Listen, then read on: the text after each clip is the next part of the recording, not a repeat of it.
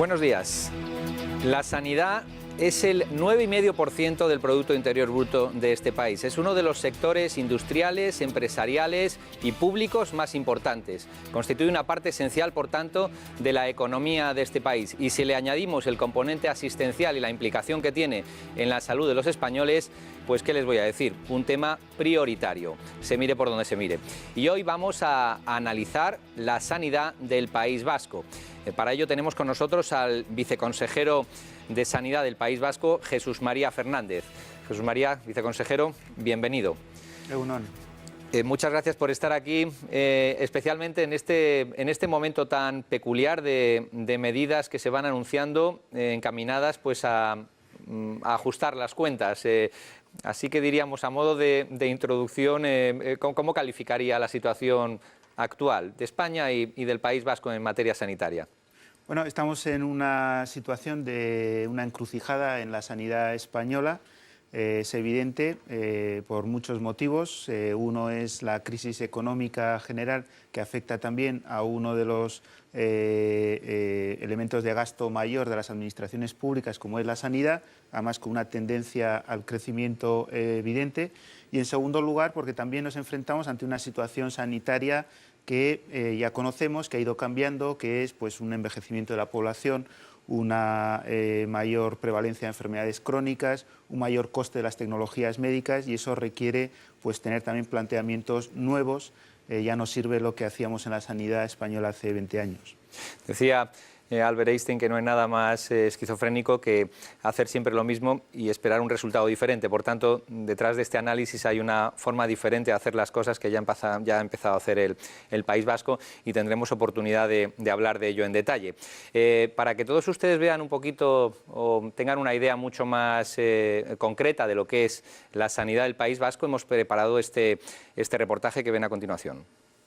La atención sanitaria en el País Vasco está dividida en 7 comarcas sanitarias, cuenta con 13 unidades de atención primaria y 320 centros de salud.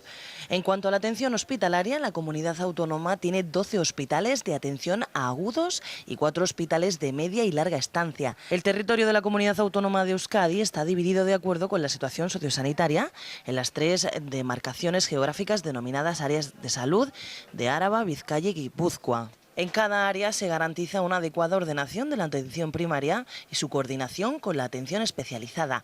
Todo ello gestionado por el Osakidetza, o el Servicio Vasco de Salud, al frente del cual está el consejero Rafael Bengoa desde 2009.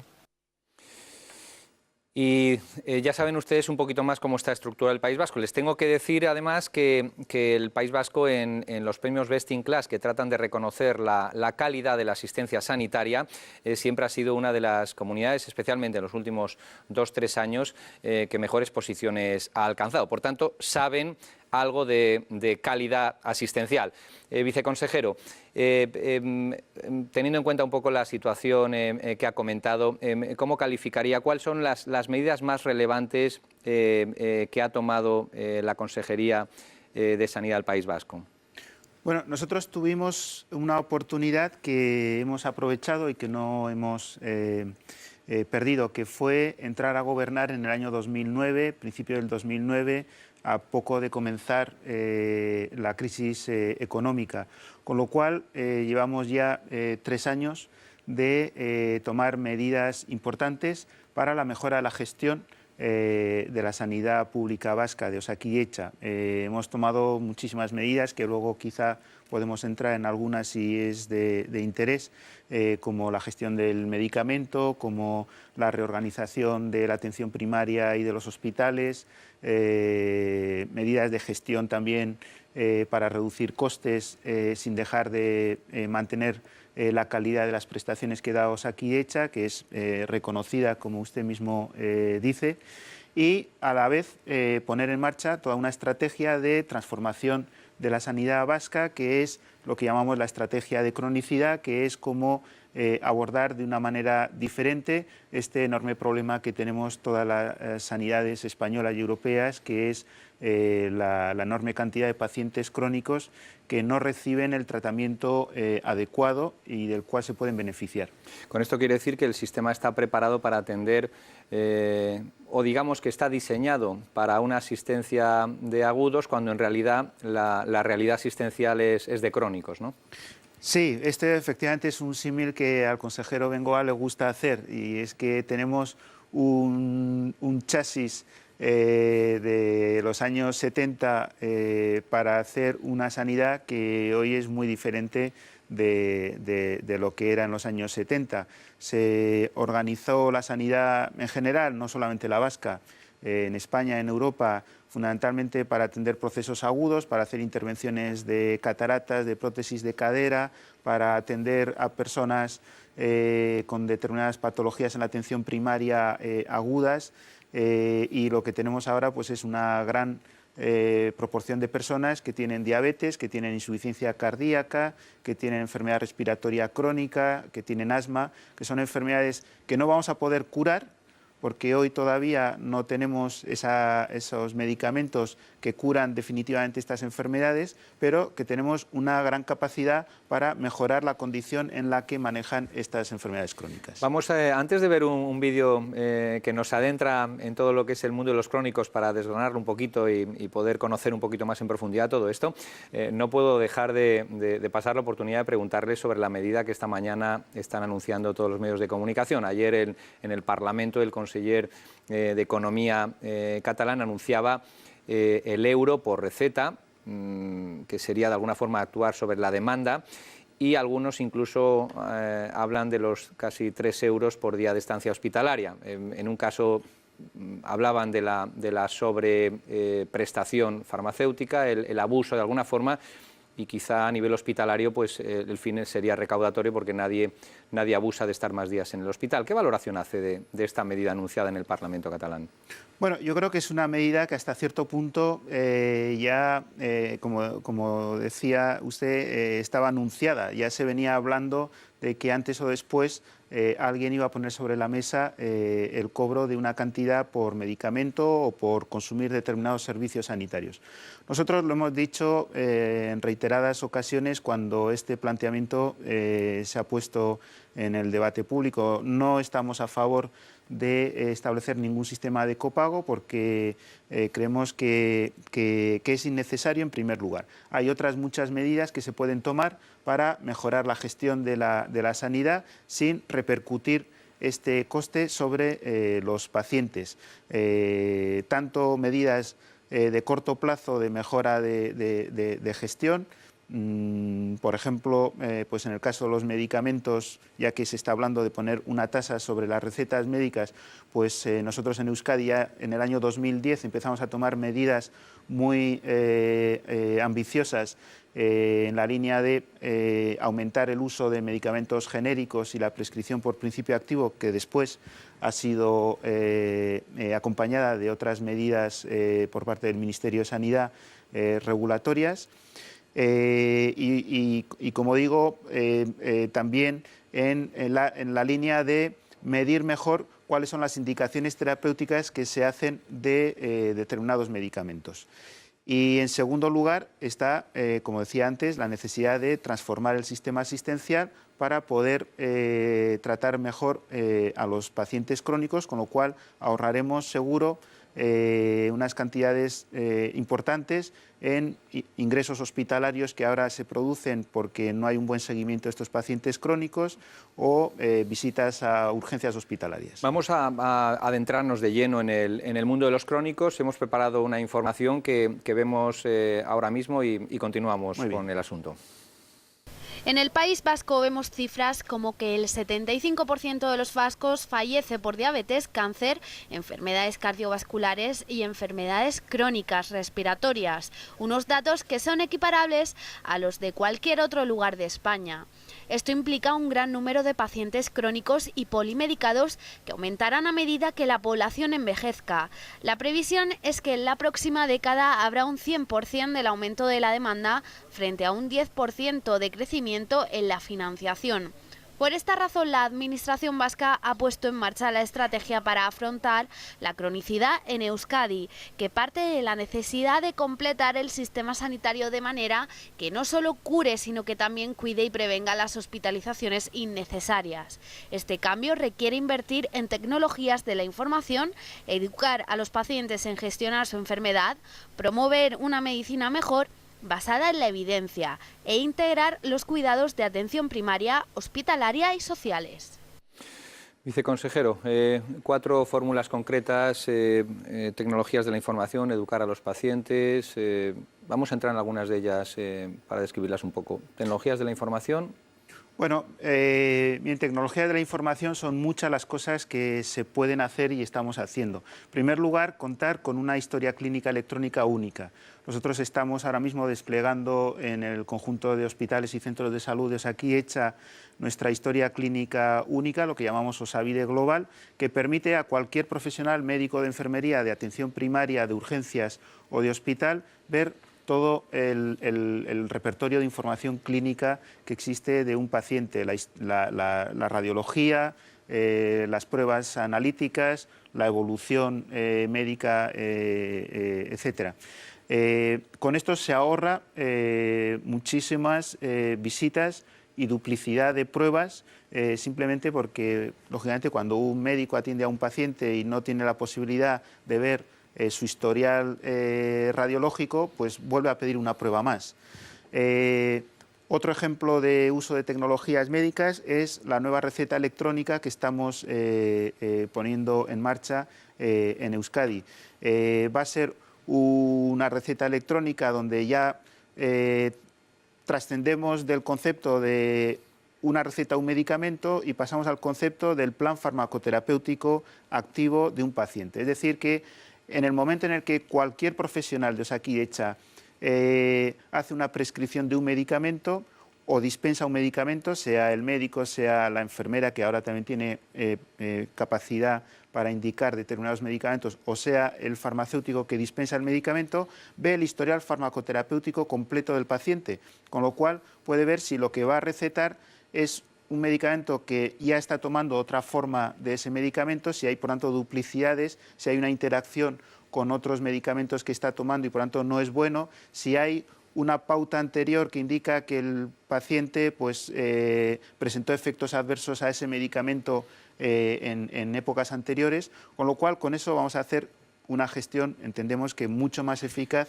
del medicamento de la que estamos haciendo hasta ahora. Y además todos sabemos, en el sector se conoce bien que los efectos adversos y en un momento dado los errores, pues las incompatibilidades, efectivamente un medicamento que se está tomando y se le une otro sin que tenga constancia el médico o el farmacéutico, pues tiene también un coste. O sea que la sanidad se verá también, la eficiencia mejoraría con todo este tipo de medidas.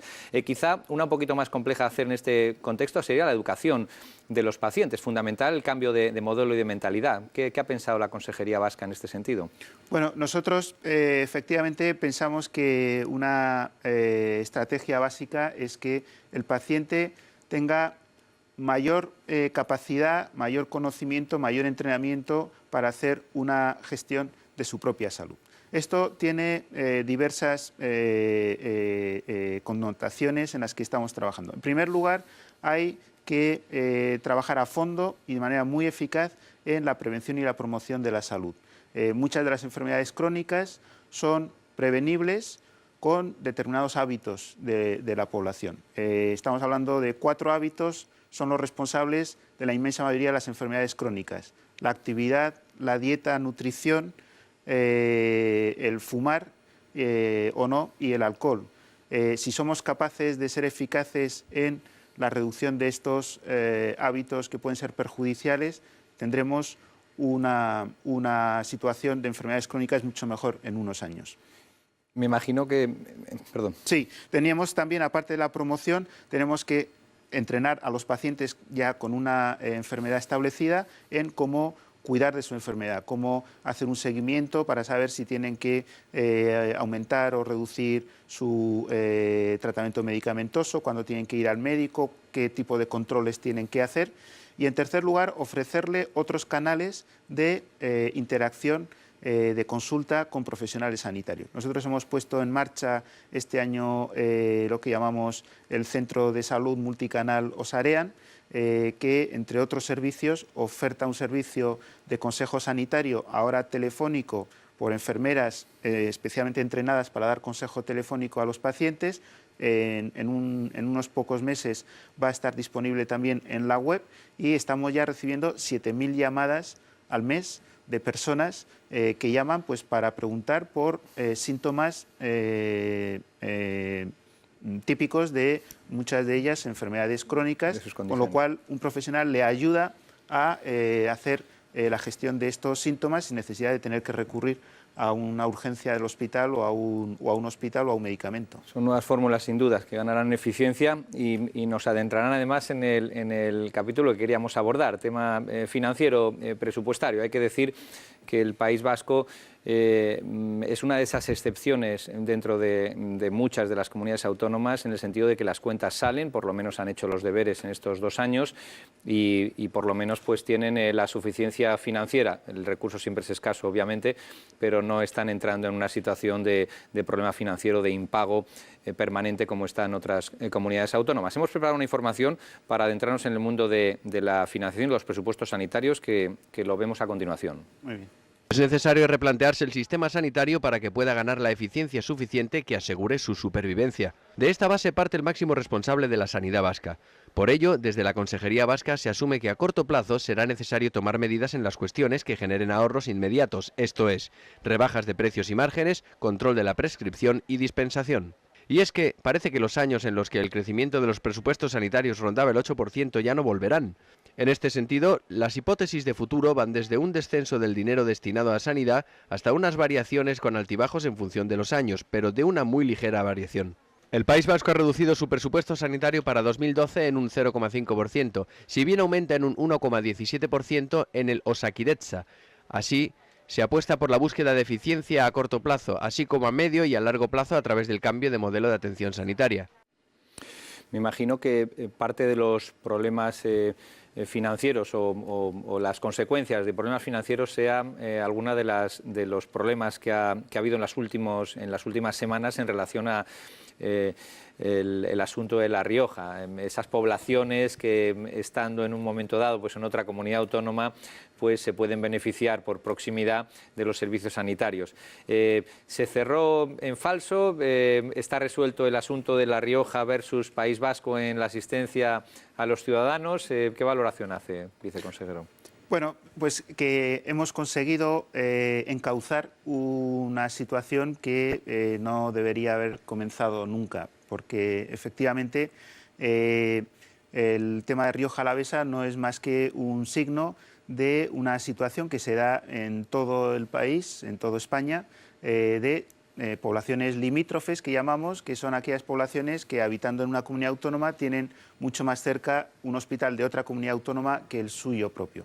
Y esto, hasta ahora, históricamente, leí hace poco el caso de una señora de Rioja Alavesa que decía que tiene 70 años y ella ya tuvo sus hijos en el hospital de Logroño. Es decir, que es más de 50 años que están yendo al hospital de Logroño, en este caso, a atenderse. Igual que nosotros recibimos en Bilbao a muchísima población de Burgos o en San Sebastián recibimos a población de Navarra y podría poner otros ejemplos. Por tanto, es una situación de hecho que existe en todo el Sistema Nacional de Salud y que hemos convivido con ella, y que en el caso de que alguna comunidad autónoma quiera replantear esta situación porque considere que le es más perjudicial que al resto, pues hay que plantearlo con una estrategia nacional en el conjunto de las comunidades autónomas, en el Consejo Interterritorial de Salud. Esto es lo que La Rioja no hizo y es lo que ha hecho tan difícil encontrar una solución. Esperamos que sea una solución permanente. Es verdad que tiene un periodo hasta finales de febrero, pero desde luego nosotros mañana mismo, cuando sepamos quién es el nuevo ministro o ministra de Sanidad español, pues vamos a plantear esta situación. Le pediré luego sobre peticiones al nuevo ministro o ministra, al nuevo gobierno en relación. Pero antes de ello, quizá una reflexión. ¿Se parece un poco más en materia financiera, presupuestaria, el País Vasco a Madrid que Andalucía? Me explico. Las cuentas salen, no se está incurriendo en presupuestos irreales que al final no permiten pagar las facturas. De alguna forma, los que han hecho los deberes o se han apresurado a hacer las cosas más correctamente tienen una ventaja en este contexto actual. Bueno, yo puedo hablar por la Comunidad Autónoma del País Vasco. Nosotros, desde luego, hay una decisión del Gobierno vasco de dar suficiencia financiera a los servicios públicos básicos, servicios sociales, sanidad y educación. Y así es como se han construido los presupuestos del Gobierno vasco durante estos 3 años bajo la presidencia del Lehendakari López.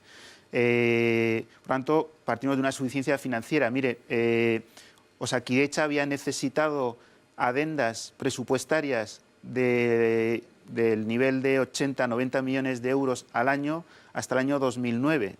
Desde el año 2009, no creciendo los presupuestos de la sanidad vasca o creciendo a una cantidad muy moderada, no hemos tenido que incorporar recursos adicionales a mediados de año.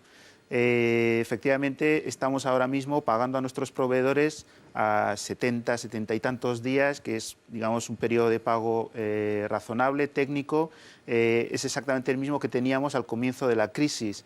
Estamos pagando todas nuestras facturas a los farmacéuticos, a los proveedores, pagando todos los salarios, pagaremos también la extra de Navidad y todos los complementos salariales del mes de diciembre.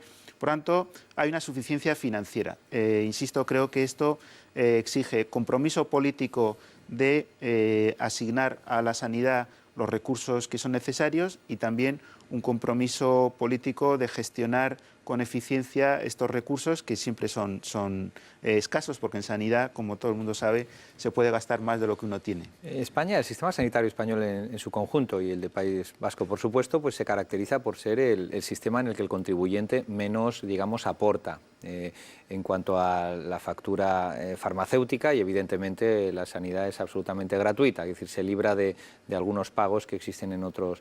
Es solidario en extremo. ¿Se puede seguir manteniendo ese sistema de todo gratis para todos en cualquier momento? ¿O habrá que pensar en que esto tiene que ser sostenible? Porque creo que España liderará en los próximos años la población muy mayor, de más de 85 años, y encaja perfectamente con la estrategia de crónicos que plantea el País Vasco. ¿Se puede mantener de alguna forma esta gratuidad total en todo o habrá que entrar a priorizar? Bueno, yo opino que sí, el sistema sanitario español es sostenible. Se puede argumentar de muy diversas formas. Primero, por su historia. No es la primera vez que la sanidad española está en una situación de dificultades económicas. Los que ya tenemos algunos años y bastante experiencia en la gestión sanitaria recordamos pues épocas pasadas donde también hubo problemas de deuda acumulada de la sanidad española que se han ido resolviendo. Tiene una capacidad de ajuste a la disponibilidad financiera, yo creo que importante. Las ventajas que tiene, algunas tiene, el disponer de un sistema público sanitario donde la gestión se hace de una manera muy unificada y no hay tanta diversidad de actores. Otros países tienen más dificultades para ajustar su gasto sanitario cuando la economía no crece como se espera. Yo creo, por tanto, que es sostenible. Cada país tiene el sistema sanitario que tiene. Es verdad que España no hay una contribución, es una sanidad gratuita, no es el único país europeo, Reino Unido tampoco tiene aportaciones en el momento del consumo de sanitario en el Sistema Nacional de Salud inglés, y por otra parte también es verdad que hay una parte de la población española que hace una contribución voluntaria con un nivel de aseguramiento sanitario privado importante, de manera que no es bueno hacer comparaciones automáticas con otros países.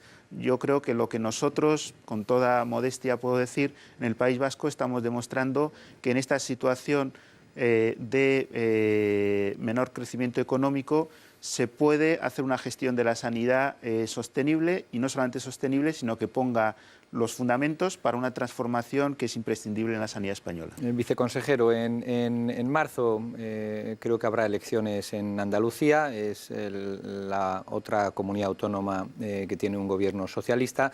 Me viene a la cabeza, yo soy fan de Asterix y Obelix, la aldea de irreductibles galos que resisten a los romanos. Es un escenario probable, las encuestas por lo menos así lo cuentan, no le voy a pedir que haga valoración sobre eso, pero sí sobre el hecho de que el gobierno actual del País Vasco pues va a ser, puede ser el único gobierno socialista que además dentro del ámbito sanitario es profundamente respetado, hay que decirlo, que la moderación, el diálogo, que las cuentas salgan y el planteamiento del propio sistema sanitario pues es ejemplar y modélico, como decíamos al principio del programa. ¿Eso no ofrece una responsabilidad adicional, el ser de alguna forma observado en exceso por el resto del país? ¿Y qué papel va a jugar en el interterritorial, en este caso la Consejería de Sanidad Vasca?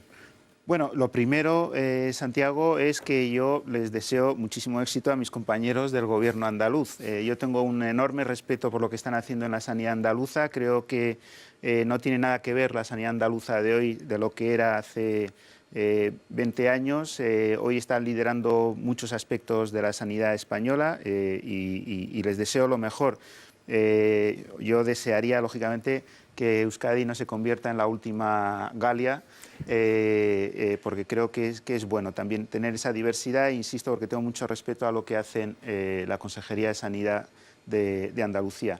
Segundo lugar, bueno, yo creo que no será la primera vez, ni es la primera vez ya en estos momentos, independientemente de elecciones políticas, en el cual la sanidad vasca se convierte en referente de una transformación de la sanidad española. Lo fue ya en la época del consejero Freire a finales de los 80, cuando Osakidetza pues, fue pionero en poner cosas como la tarjeta individual sanitaria, la reforma de la atención primaria, la reforma de la salud mental, la cita previa, la modernización de toda la infraestructura heredada de Insalud, y creo que igual que entonces fuimos referente de una transformación, de una era que era necesaria, que era la dignificación de la sanidad pública, que estaba como estaba en principios de los años 80, pues bueno, ahora somos referentes de aspectos como es la gestión de la cronicidad, como es la calidad, como es también la sostenibilidad y la eficiencia del gasto sanitario. Bueno, nos quedamos con la idea de que seguirá siendo un modelo País Vasco, como la riqueza de las comunidades autónomas ofrece a muchas de ellas una aportación muy clara al sistema sanitario. Y ahí es donde encontramos al interterritorial y al ministro o ministra futuro. Quizá de forma telegráfica o breve o concreta, viceconsejero, ¿qué le pediría al nuevo ministro o ministra de Sanidad, que en las próximas horas pues sabremos quién es, y qué papel debe jugar el Ministerio en la coordinación del Sistema Nacional de Salud? Yo creo que es un papel muy importante, y yo lo único que le pido, y estoy seguro que lo tendrá, es ambición y altura de miras. Ambición para acometer las reformas que necesita la sanidad española, y para que estas reformas sean reformas sustanciales y no medidas de corto plazo para parchear, digamos, los problemas económicos o financieros que podamos tener en el inmediato plazo. Hace falta esta ambición y altura de miras para hacerlo con mucho diálogo. Diálogo con todos los sectores políticos, con todas las autonomías.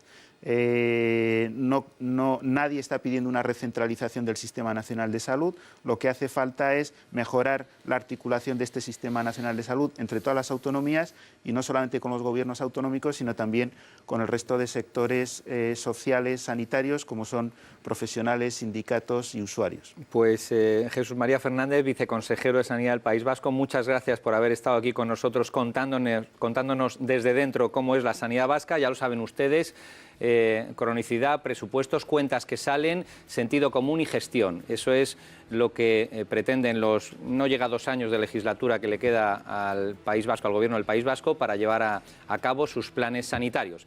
Y aquí estaremos para contárselo en los próximos meses. Viceconsejero, tiene en esta casa su lugar para contar aquello que crea oportuno. Muchas gracias por haber estado nuevamente y a ustedes hasta el próximo especial informativo donde le contaremos la actualidad sanitaria. Hasta entonces.